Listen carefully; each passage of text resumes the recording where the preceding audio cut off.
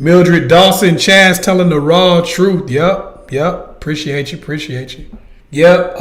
What is this lady? Maria J. You had to meet in person. You had to meet in person back in the day. That made it a lot easier because you didn't have as much competition and you didn't have as much fake competition. Let's keep it real. Now you're competing with people who don't even really exist. Think about that concept. There wasn't if it was like even in the 90s, you couldn't pretend to be a whole nother person and actually carry on a relationship with somebody. I'm sure somebody probably did it, but it was damn near impossible. Now you got people who are on Instagram, Facebook, all the different sites, and they are pretending to be totally different people. Some of them got different pictures where it's not even them. Some of them got filters to where they're totally different people. And they live in a whole fake lifestyle. I saw a dude that I know for a fact work at McDonald's who had a Lambo in his picture. I'm like, how did you even rent a Lambo with the money you make? But he did it. It was worth it to him. And it was all kind of people under their hearts and congratulations. I see you doing it big. This man over here on fries. So, it's a totally different world now. And that's what I'm telling you about how you present yourself. Because think about it this way. You're dealing with people who are not even real. And you're not even putting your own best foot forward. So what do you expect to get out of this game? I mean, I'm just being real. When you do get an opportunity to meet somebody in person, do you put your best foot forward? Do you smile? I know some of y'all are like, I don't want to have to smile. Well, then you should be happy being single. You have a right to not smile, but you also have a right to not get anybody. You got to take the consequences. Just because you got a right to do something doesn't mean it comes with no consequences. Do you have a book about? Yeah, look, go to. Somebody was asking me, do I have a book about? Don't hate the player, understand the game.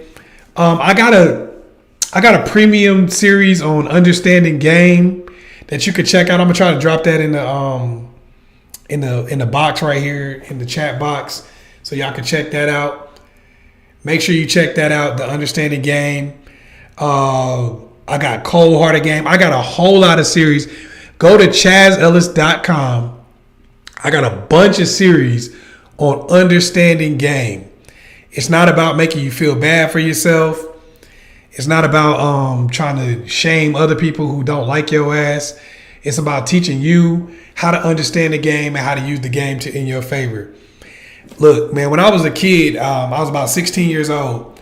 And when I was 16 years old, about 17 actually, I was about 17 years old, I could jump higher than a giraffe ass. This is before I had knee surgery and stuff like that. I could still jump a little bit, but back then, I could jump higher than a giraffe ass. I'm playing ball with this old dude, right? At the time, old. He's like 45. Now he would just be a regular person. But back then, he was old as hell. So I'm playing ball with this dude, and I'm just out jumping him for these rebounds. I'm skying him. I'm getting elbows over top of his head. Give me that. Old dude was like, nah, he wasn't going. So I go to jump for a rebound, and this dude pulls my shorts to where I think they about to come down. So I grab my shorts, reaction. And he gets the rebound, takes off, goes down. And I'm like, what in the heck? Who does that? I was mad at the time. I ain't gonna lie. I was mad. Like, what the heck? He was like, hey, bro, I can't jump with you, young fella. I gotta do what I gotta do. But what I did was, in another game, I did the same thing to somebody else because I understood the game. Yeah, I was mad at the time, but I was like, am I gonna sit around and just keep being angry? Or am I going to use these things to my own advantage? Every time somebody beats you, they got to teach you something. Otherwise, you just get beat by the next person. I learned a lot of that about boxing. When you spar with somebody and they catch you with a lot of shots, if you don't steal those shots and use them, that's your fault. Okay, what is it? You got, I'm going to try to use the abbreviation. WTF YouTube. She said, yes. Both sets of my grandparents probably wouldn't have stayed together in this day and age. Look, the same for mine. The same for mine. I'm not gonna say that any different than anybody else. Look, I got uncles that don't look like the rest of the family. Grandpa got outside kids that we ain't never been, or that may only show up at the funeral. I'm not gonna say it ain't in my family too. It's all over the place.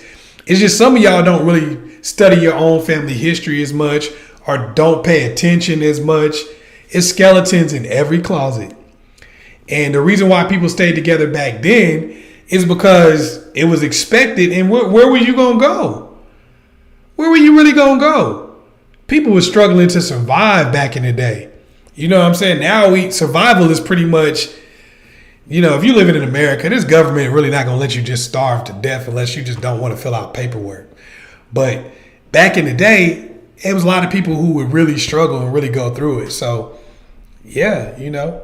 Pops, I'm hurt. She done left me, man. What you think I should do? Boy, back in my day, all you had to do was go to her job and you cry and you get down on your knees. You beg and plead for sympathy. I'm telling you, boy, that's all you gotta do. Pops, you talking about stalking her. That's a crime now. Yo, it's your man, Chazz Ellis. And I know y'all tired of getting the same old 1965 game that never works. Well, click the link below and check out 9 ways to get your ex back. This is cold-hearted game where I give you different techniques to turn the tables on your ex and get them chasing you for a change.